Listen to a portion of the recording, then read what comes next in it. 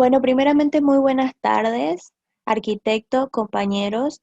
Nosotras somos el grupo 15 y como tema principal hablaremos el área amazónica, zona papeana y costa chilena, con los subtemas Andes meridionales, cultura condorhuasi y la cultura candelaria.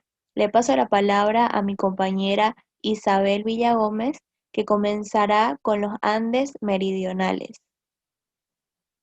Voy a compartir un poco sobre la arquitectura de los Andes meridionales. Mi nombre es María Isabel Villagómez y les compartiré un poco sobre esta cultura. La arquitectura andina es el estilo distintivo de los países que forman parte de la cordillera andina, desarrollada por las diversas culturas prehispánicas a lo largo de Venezuela, Chile, Ecuador, Perú, Bolivia, Colombia y el noroeste argentino durante los siglos XIV y XV, aunando elementos iconográficos emblemáticos. Es una gran región semiárida de desiertos costeros, altas punas y valles montañosos. En la arquitectura andina es importante tomar en cuenta la nacionalización de la cosmovisión, la misma que determina los espacios en función del paso del sol, dando el sentido de espacialidad, tomando como referencia el Neopapacha, que significa el norte del mundo andino. El extenso uso del adobe y la madera en las áreas costeras, así como el uso de piedra labrada y adosada en las áreas de cordillera y el manejo de los niveles, y la andenería como parte de la contextualización orgánica de la obra con el entorno, han sido marcas indiscutibles de la arquitectura andina. Hacia los años 600 a.C., las poblaciones ya se habían hecho sedentarias y habían introducido la agricultura. Después de 300 años después de Cristo aparecen las técnicas de regadío para el cultivo intensivo de los valles y junto a ella la cerámica polícroma de Baqueira.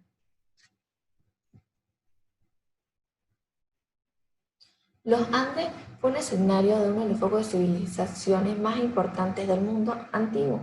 Durante miles de años de desarrollo, el hombre andino se adaptó a su medio creando una cultura profundamente rica y una arquitectura con características propias.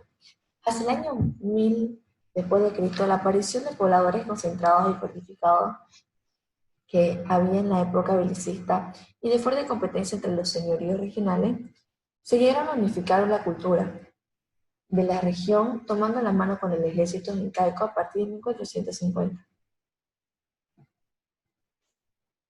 Ahora también conocemos un poquito aquí de la arquitectura de los Andes a través de la cerámica, porque gracias a la calidad de la cerámica y la existencia de la compleja orfebrería con el trabajo de bronce, que era muy poco común en América, nos revela la presencia de artistas especializados y por tanto de sociedades relativamente complejas.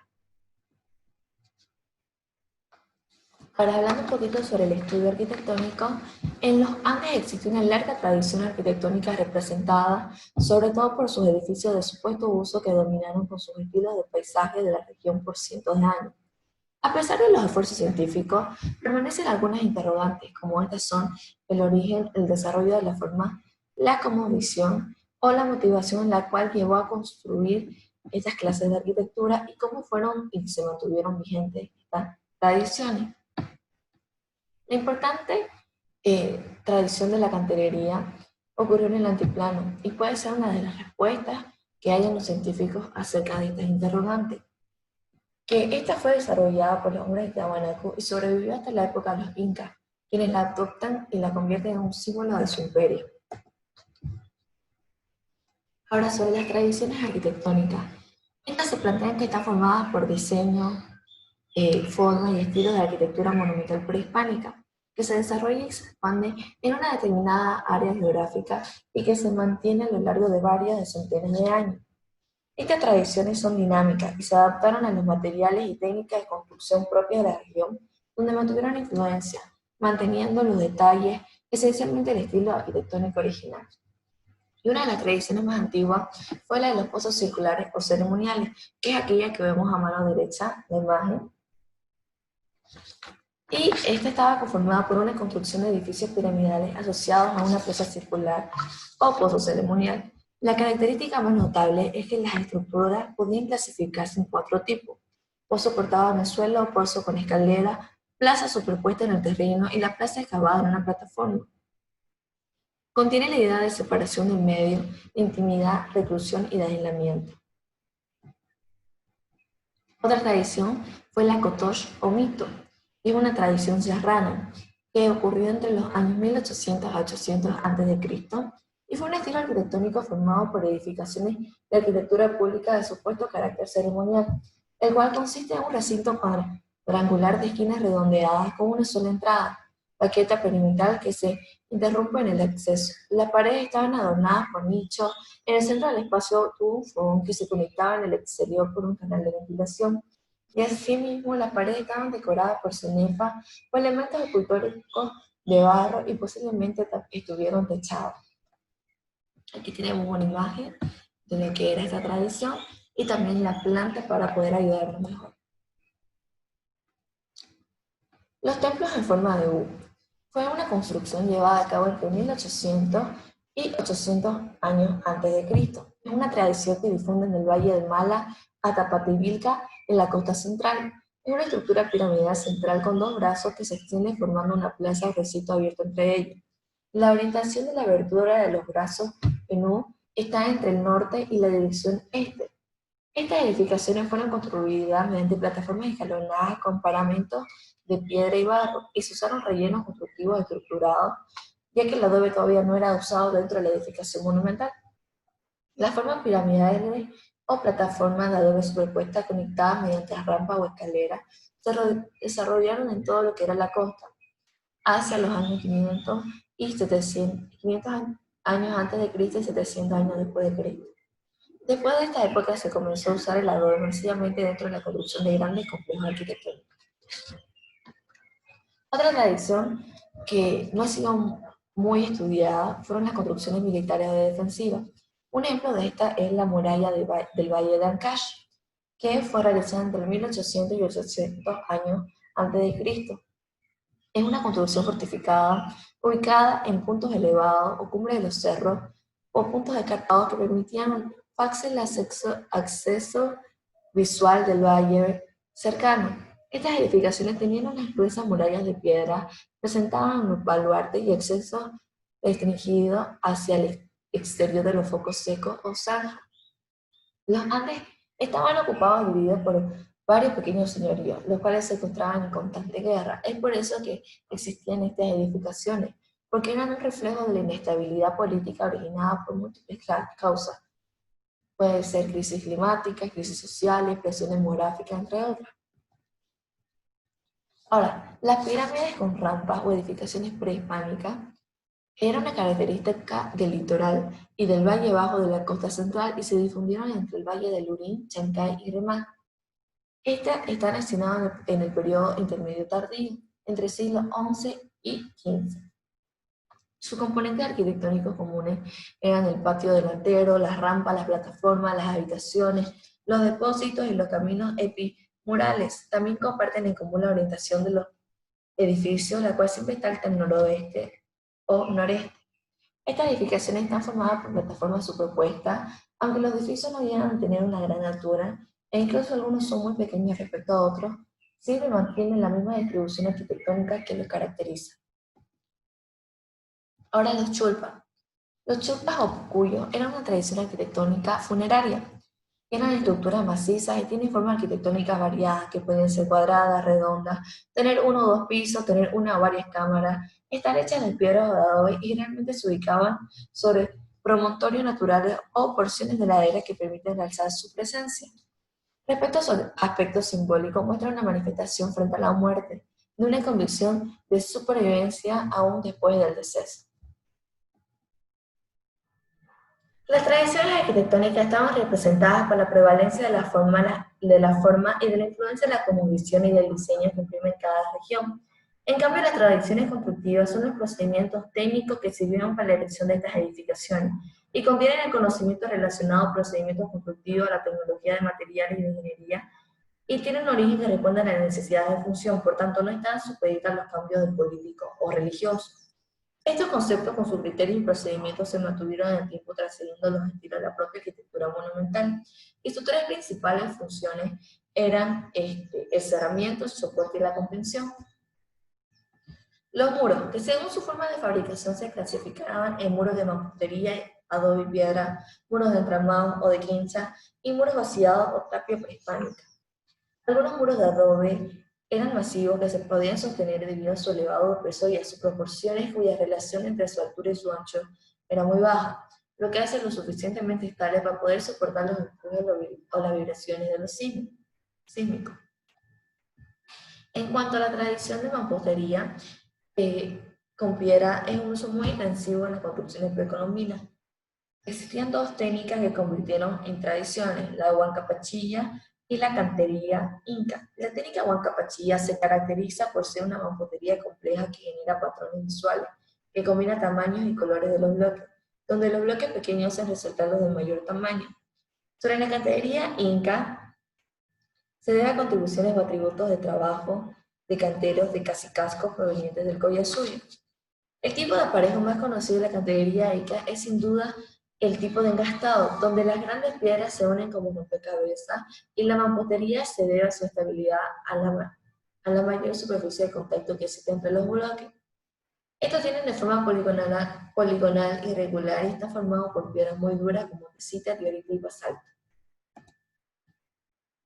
Dentro de la arquitectura monumental, los bloques constructivos se hicieron con el objetivo de evitar problemas originados por los cambios de volumen de la estructura de tierra. El contener así ya podía ser susceptible de cambios de volumen al contacto con el agua.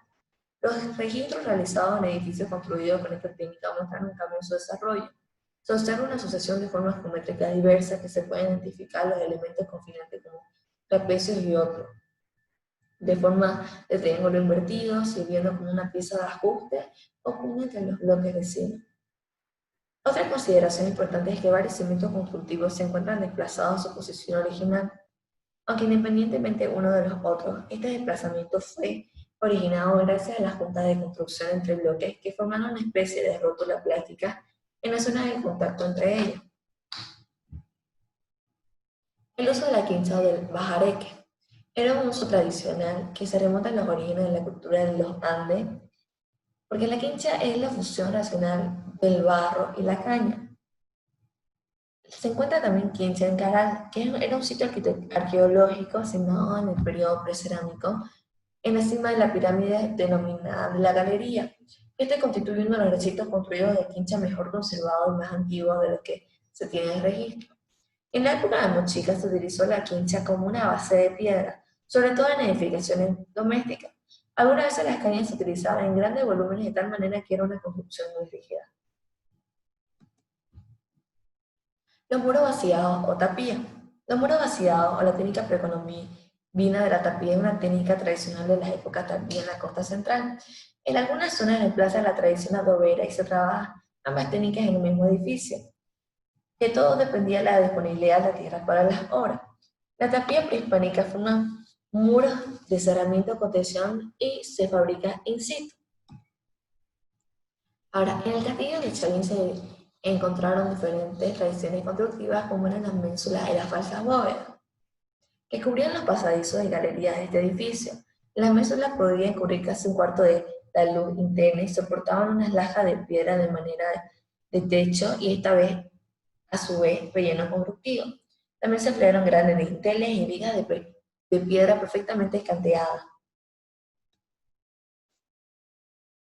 Elementos constructivos que encontramos en los Andes meridionales fueron la falsa bóveda, que es un sistema constructivo que sirvió para cubrir espacios interiores de estructuras circulares, mientras que las ménsulas aparecen en tres imágenes de estructuras de planta irregular y cuadrangular. Un ejemplo fue en Siyustán y Puno. La cámara interna de los chupas estaba formada por una falsa bóveda construida con piedras rústicas de mediano tamaño, asentada con barro, y esta estructura era finamente rodeada por una camada de piedras finamente labradas y engastadas. Quizás uno de los elementos estructurales menos conocidos fue el uso de columnas y de pilares. El origen de las columnas debió ser el horcón o madera de roble, que por su solidez podían usarse en los techados. Se construyeron tradicionalmente columnas con una aceptable capacidad estructural que aprovecha la rigidez, el barro seco y la flexibilidad de las cañas. En otros casos usaron adobes colocados de forma radial formando columnas cilíndricas como las encontradas en Huacalucía, o formando compotes de madera, formando el alma de la columna y cubiertos por capas de cañas revestidas exterior con barro, como las encontradas en Huaca de los Reyes. Los muros de contención Fueron muy difundidos en la arquitectura monumental andina y la combinación de muros y relleno fue muy desarrollada debido al uso temprano de taludes y plataformas superpuestas. Y las chicas fueron soluciones muy creativas, que gracias a los problemas de los empujes de los rellenos hacia los paramentos, eran unas bolsas de fibra vegetal tejidas a la manera de una red que contenían rellenos de diversos tipos, desde cantos rodados hasta tierra, donde el esfuerzo del desplazamiento del relleno era absorbido por las soquillas de junco o cortadería que formaban las bolsas. Las celdas estaban formadas por muros de cantos rodados unidos con mortero de tierra y eran de forma de medidas irregulares. Aquí otro dato importante es que la arquitectura precolombina fue esencialmente policroma. Quizás fue una de las manifestaciones artísticas comunes en toda la diversa tipología de edificaciones antiguamente. Pero no solo las edificaciones ceremoniales o grandes edificios públicos estaban pintados, sino que también las viviendas y la arquitectura funeraria. Ahora, como uno de los últimos puntos fue el proceso de la evolución de la forma. Era gracias al entorno que aporta muchas características de las tradiciones. Aquí tenemos una de las modelos arquitectónicos más utilizados, fue el arquitecto, uno de los ejemplos fue el modelo arquitectónico de la arquitectura Vicus en Chile, que era el más típico modelo arquitectónico gracias a que se pudo observar a través de una maqueta de cerámica que representa una casa en cuyo interior se encuentran personajes de rasgos exagerados y grotescos. La maqueta tiene un techo de 2 aguas, comprensible en un ambiente que presenta cortas pero torrenciales lluvias en verano y una alta insolación en toda el año. La techumbre parecía estar sostenida por postes de madera que delimitan un espacio ampliamente ventilado. Y las diagonales pintadas estaban representando el cuerpo de la vasija, representaban escalinatas para subir la cima de una loma o de la plataforma. Aquí podemos observar la maqueta de cerámica que nos muestra cómo eran las casas o las viviendas antiguas. Ahora, gracias a que la mayoría de los sitios hábitats registrados se encuentran localizados en planicies y terrazas de cuenca, la distribución espacial era diferente. Aquí hay un esquema funcional de la planta habitacional que muestran los recintos habitacionales, la letra M eran las estructuras sobreelevadas y la P los patios o espacios abiertos. A primera vista, la distribución espacial de los sitios deja ver un modo de establecimiento disperso comparable con aquellas ocupaciones localizadas en Piedemonte Oriental y planicies de Santiago del Estero. Los sitios localizados sobre las planicies se extienden de manera dispersa, mientras aquellos localizados sobre las laderas con suave pendiente parecen concentrarse en la proximidad de arroyos y correntías. Aquí tenemos un ejemplo también de las plantas encontradas de la cuenca de los Puestos, que nos permiten ver cómo era también su distribución y cómo era que ellos vivían. Sobre la cuenca de los Puestos, era un sitio localizado en el sur de la cuenca en Argentina, Catamarca, Argentina, y el sitio presenta un trazado ortogonal con una superficie total a las 9 hectáreas o más. Esto sería todo. Muchísimas gracias. Buenas tardes, soy Vera Lucía Flor y les voy a compartir sobre la cultura condorhuasi. La cultura condorhuasi se origina en el Gran Valle de Hualfín, en el noreste de Catamarca. Esta sociedad aparece en la historia de la arqueología en el tercer siglo a.C. y además rompió con la tradición migrante que la vinculaba con otras culturas del altiplano. Cuando ellos descubrieron esta región de valles anchos y apacibles, es decir, que no estaba turbado por las inclemencias climáticas y que tenía una temperatura agradable, se dieron cuenta de que al haber agua ahí, por consecuencia, tendrían una tierra saludable, apta para la producción de su ganado y para la actividad agrícola. Su ubicación. La cultura condorhuasi se desarrolló entre los años 400 a.C. y 700 después de Cristo, en el noreste de Argentina. principalmente en el Valle de Hualfín, en lo que actualmente es la provincia de Catamarca. Esta región se caracteriza por valles anchos y quebradas altas, con un clima cálido, seco y con recursos abundantes.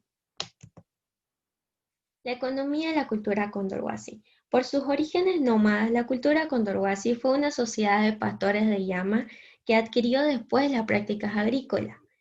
Es decir, que al principio fueron instalándose en pequeños grupos alrededor del reducido fundo de cultivos que estaban aprendiendo. Los fundos eran pequeñas partes de explotación agrícola y esto los obligaban a destinar la mayor parte de su atención.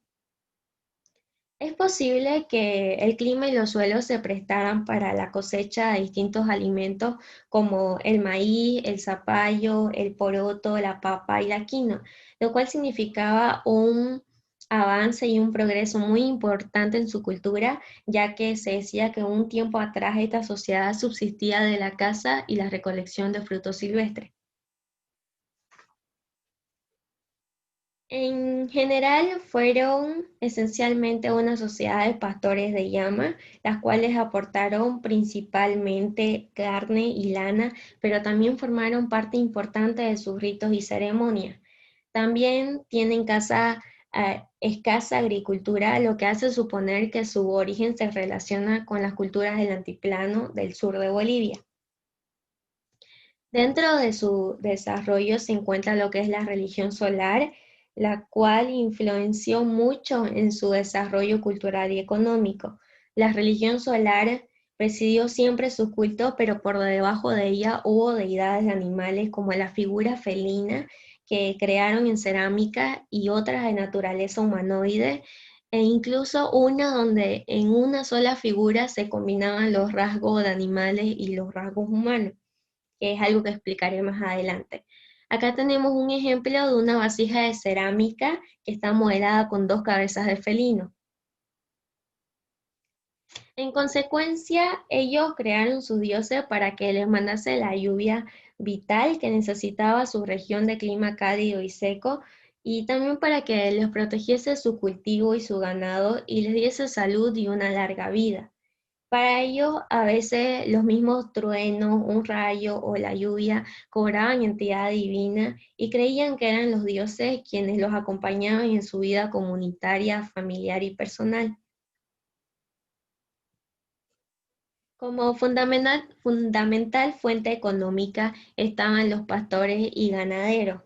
Ellos siempre atendieron la explotación ganadera como la actividad económica más importante. En la evolución cultural de este pueblo puede observarse una alta sistematización pecuaria que le permitió alcanzar rendimientos importantes en la reproducción y clasificación de los ganados de camélidos. Este perfeccionamiento ganadero los condujo al mejoramiento de estas especies animales para diversificar su utilidad laboral y comercial. Es decir, que llegaron a criar llamas para el transporte de carga y otras para aprovechar su lana para los tejidos, como también se utilizaron para la alimentación.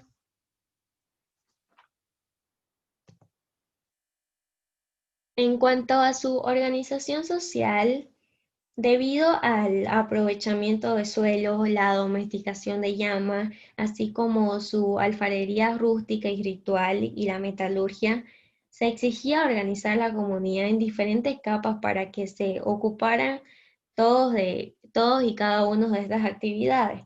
Naturalmente, aquel orden se impuso por jerarquía y todas estas se ofrecían a las divinidades para que los protegiesen y por ende todas estaban bajo el control y la bendición del chamán del pueblo. Como se ve en la imagen, la estructura social serían los ganaderos y artesanos controlados por jefe y los jefes controlados por el chamán del pueblo. Parte muy importante de la cultura condorhuasi fue su culto y funebria. En los cementerios existían distintos tipos de tumba, algunas son excavaciones cilíndricas de 2 a 3 metros de profundidad y otras son cámaras mortuorias de planta oval o cuadrada hechas de laja que contenían uno o más difuntos. En las tumbas se ofrendaban llamas, así como finos vasos, adornos de oro y figuras de felino. La imagen de felino aparece por primera vez en la región de esta cultura. Como ya lo mencioné en la religión solar, generaron un culto que se plasmaba en rituales donde se fumaban sustancias alucinógenas en pipas de piedra, las cuales podemos observar en esas imágenes. Y la mayor parte de hallazgos arqueológicos proceden de cementerios saqueados, lo que dificulta determinar o establecer relaciones culturales. Sin embargo, se pueden distinguir distintas fases culturales dentro de la cultura condorhuasi, que serían, la primera es la fase diablo y la cultura vaqueria, que abarca los años 400 antes de Cristo y 200 después de Cristo. En esta fase predominan las cerámicas ordinarias de color rojizo, amarillento o negruzco, de fondo redondeado y sin asa. En la fase diablo existe un tipo de vasijas toscas de cuerpo globular y cuello cilíndrico con líneas verticales, onduladas e incisas. Como podemos observar en este ejemplo, es un tipo de cerámica tosca y gris que tiene formas simples, tiene cuello cilíndrico y un cuerpo globular. En las fases vaquerias aparece un tipo de cerámica de excelente calidad, con una cerámica típicamente condorhuasi, pero con un contexto diferente. Las formas más comunes son jarros semicilíndricos y recipientes modelados que representan figuras o cabezas humanas pintados con motivos puramente geométricos. En este ejemplo tenemos una vasija que tiene una vasija de cerámica que tiene una forma zoomorfa que sería rasgos animales. Luego tenemos la fase barranca que abarca los años 200 después de Cristo y 300 después de Cristo, caracterizada por sus vasos antropomorfos, zoomorfos, antropomorfos, y todas estas eran decoradas con diseños geométricos en pintura blanca y muy elaborada.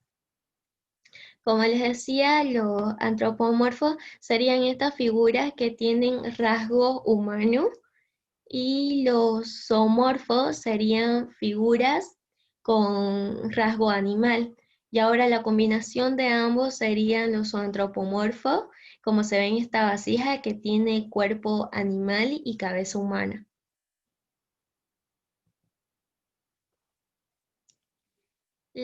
Por último tenemos la lumbrera y la cultura lamito, que abarca los años 350 después de Cristo y 700 después de Cristo. En esta fase se mantienen los vasos modelados, pero desaparece la pintura negra bordeada de blanco sobre engobes rojo. Y en el trabajo de la pintura de la piedra fueron excelentes artesanos, elaboraron pipas, hachas rituales y figuras esculpidas. Crearon obras llamadas Los Suplicantes, que fueron uno de los talentos plásticos escultóricos más asombrosos que constituye logros de atracción con la figura humana de absoluta originalidad y estética formal.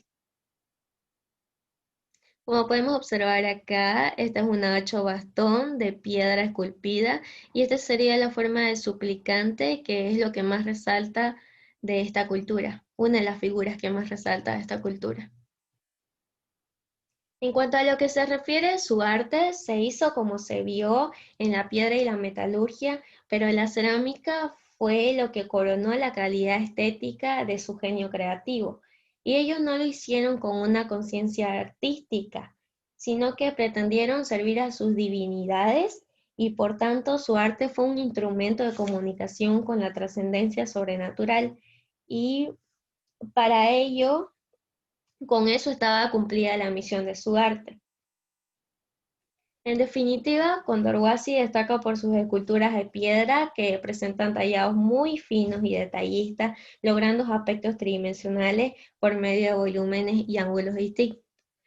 Y este es un claro ejemplo de lo ya antes mencionado, que es la figura de los suplicantes, un trabajo en piedra que tiene ángulos distintos y tiene un volumen tridimensional.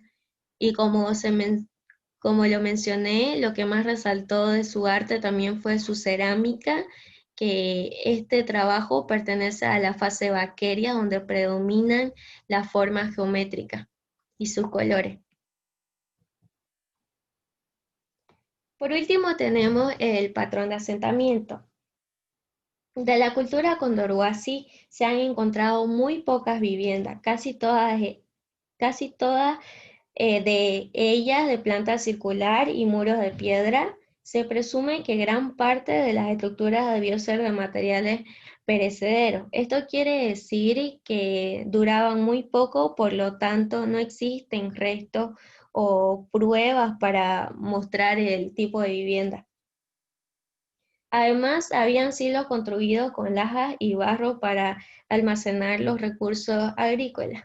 Como mencioné, no existen rastros, pero este es un modelo de, de lajas que se decía que ellos ocupaban para guardar sus recursos agrícolas.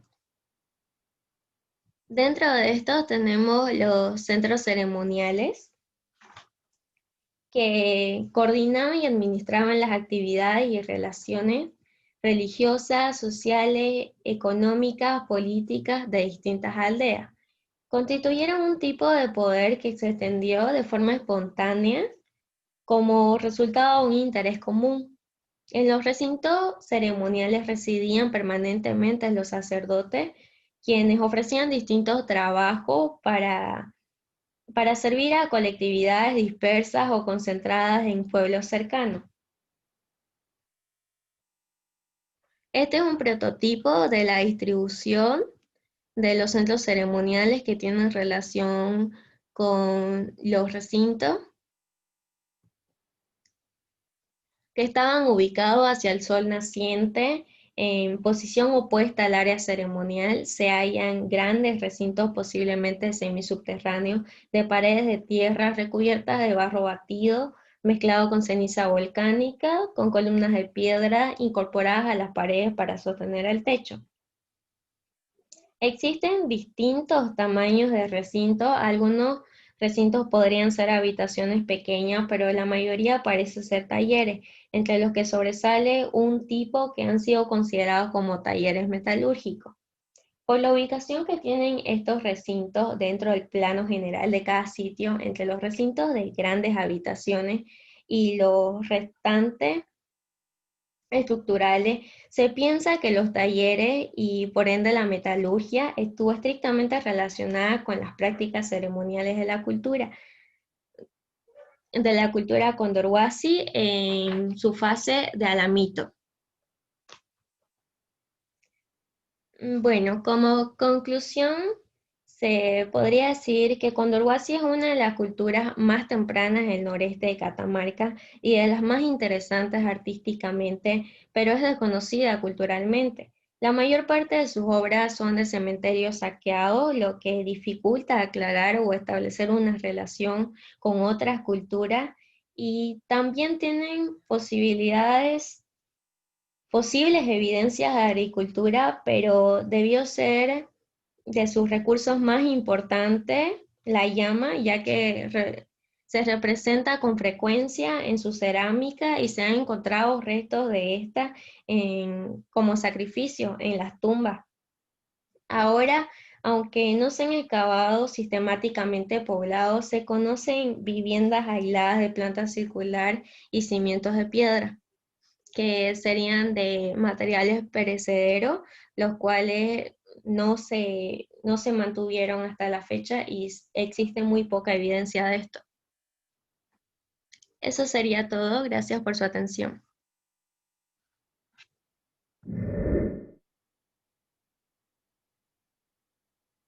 Buenas tardes, mi nombre es Jennifer Becerra y yo les voy a hablar sobre la cultura La Candelaria. Ubicación cronológica y geográfica. Esta cultura se desarrolló entre el año 200 y el 1000 de nuestra era, en el área centro-sur andina de la provincia argentina de Salta, el centro y en la de Tucumán, en las llamadas selvas occidentales. Esta cultura toma el nombre del departamento salteño La Candelaria, donde fue descubierta. Los sitios arqueológicos que pertenecen a esta cultura son varios. En Tucumán, entre otros, se pueden señalar algunos como Sierras de Medina, Trancas, El Cadillal, Vipos, San Pedro de Colacao, La Sala, Raco, Sierras de San Javier, Orco, Orcomolle y Hierbabuena. El origen de esta cultura, su nombre le fue dado por Alfred Metraux, quien a comienzos de la década de 1930 hizo las primeras exploraciones. Luego, las investigaciones posteriores que hizo Stig Ryder aportaron abundante material que permitió formular un diagnóstico más preciso y más claro sobre esta cultura. Se dice que algunas cerámicas que corresponden a esta cultura, la Candelaria o tal vez similares, se encuentran en Tafí del Valle, que esto está en Tucumán, y en el Valle de Hualfín. Características.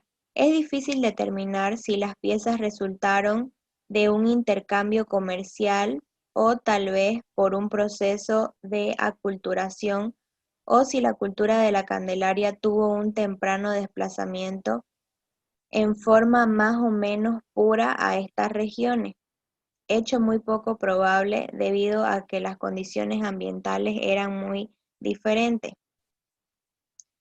Dentro de sus características podemos ver los ritos. Los portadores de la cultura candelaria enterraban a sus muertos en las proximidades de sus viviendas, en lugares ubicados al pie de las lomadas sobre las que se encontraban. Candelaria representa la única cultura del noroeste de Argentina que dice que enterró a sus muertos adultos en urnas funerarias. Esos recipientes fueron clasificados de dos maneras o de dos tipos: la urna globular y la urna cónica, con mamelones, las cuales aparecen como las más representativas de la cultura a la que pertenecía la vasija y los restos. Luego también podemos ver el ajuar fúnebre. En general, los entierros eran individuales, pero existen algunos ejemplos de urnas conteniendo dos esqueletos. Un ajuar fúnebre acompañando a los cadáveres fue la norma más corriente entre los Candelaria. Generalmente se componía de vasos de cerámica de tamaño menor y de elementos de adorno personal. El hecho de que la Candelaria haya usado vasijas para enterrar a los muertos adultos constituye un rasgo característico que no comparten otros pueblos que también están ubicados al noroeste argentino. Su economía. La subsistencia consistió en carne de camélidos, aunque no fue su principal alimento. Es factible la domesticación de este tipo de animales, ya que estos aparecen representados en algunas piezas cerámicas. Se dice que el maíz debió de ser el cultivo más importante de la zona, ya que se encontraron algunos granos dentro de urnas funerarias, y también en la superficie se han encontrado morteros y otros instrumentos para moler. Vivienda. Las viviendas eran generalmente de planta circular de unos 6 metros de diámetro, delimitada por una hilera de piedras clavadas en el terreno. Las viviendas fueron construidas con materiales perecederos, habiéndose utilizado las piedras planas clavadas como una especie de zócalo que aseguraba al suelo las ramas y postes de las paredes. Estos recintos estaban aislados unos con otros. Otro tipo de patrón de vivienda se dice que se halló en Chuscha. Se trata de un espacio central con pequeños semicírculos adosados alrededor de este. En los Altos de Medina también se han encontrado estructuras más o menos similares. También se habla de instrumentos de piedra que eran abundantes en esta cultura, como ser hachas. También hay en menor medida puntas de flecha, piedras de boleadora, adornos, figuritas con formas humanas y animales. El escaso desarrollo de la metalurgia en esta cultura la Candelaria, manifestada por unos pocos objetos, sugiere que no fue autóctona, sino que las piezas se importaron tal vez de otras regiones, probablemente situadas al oeste del Aconquija. En cuestión de huesos se encontraron punzones, un objeto que se cree que sirvió para tejer, y una espátula. Los pueblos Candelaria han fabricado una serie de instrumentos musicales de vientos también. El arte de la cultura candelaria se caracteriza por los cerámicos que tienen como denominador común el uso de alfarería gris o negra, la abundancia de vasos, efigies y el predominio de urnas. En cuestión de sus cerámicas, que son las piezas de estilo Candelaria, estas se caracterizan por la decoración incisa, pero lo más interesante lo constituye la cerámica modelada, que se destaca gracias a sus figuras de extraños seres en los cuales se combina elementos antropomorfos, zoomorfos con cuerpos abultados. Se hallan jarras, vasos, escudillas y urnas. Los objetos cerámicos que más representan a esta cultura son los de color gris, negro e incisos, aunque también hay pintados con dibujos negros sobre fondo oscuro. Esta cultura también tuvieron pequeños asentamientos con habitantes de material perecedero, de las que a veces se encuentran cimientos circulares o rectangulares de lajas de piedra. Se encuentran regados de restos de cerámica, utensilios variados y urnas funerarias enterradas. Este entierro en urnas asociadas a las viviendas es muy característico y se trata siempre de enterramientos primarios. Las urnas de cerámica gris tienen un cuerpo ovoide o alargado y un cuello estrecho, midiendo entre 50 y 150 centímetros. Y por último, se habla de los últimos hallazgos que obtuvieron de esta cultura. Dice que el personal de la Dirección de Cultura y Turismo de El Talá realizó el hallazgo de una enorme vasija perteneciente a la cultura La Candelaria. Fue encontrada en la finca Las Piedritas con restos humanos y otras piezas de cerámica con pinturas en sus contornos, como podemos ver en la imagen. El descubrimiento se efectuó durante una expedición realizada en la zona, conocida como los filtros de ese establecimiento, que se ubica en una pequeña loma a 5 kilómetros al suroeste del municipio taleño.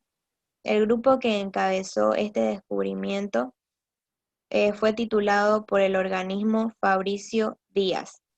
Esta vasija, que fue encontrada prácticamente al aire libre en la zona y las constantes precipitaciones la fueron desenterrando. y eso fue lo último que se encontró de esta cultura. Gracias.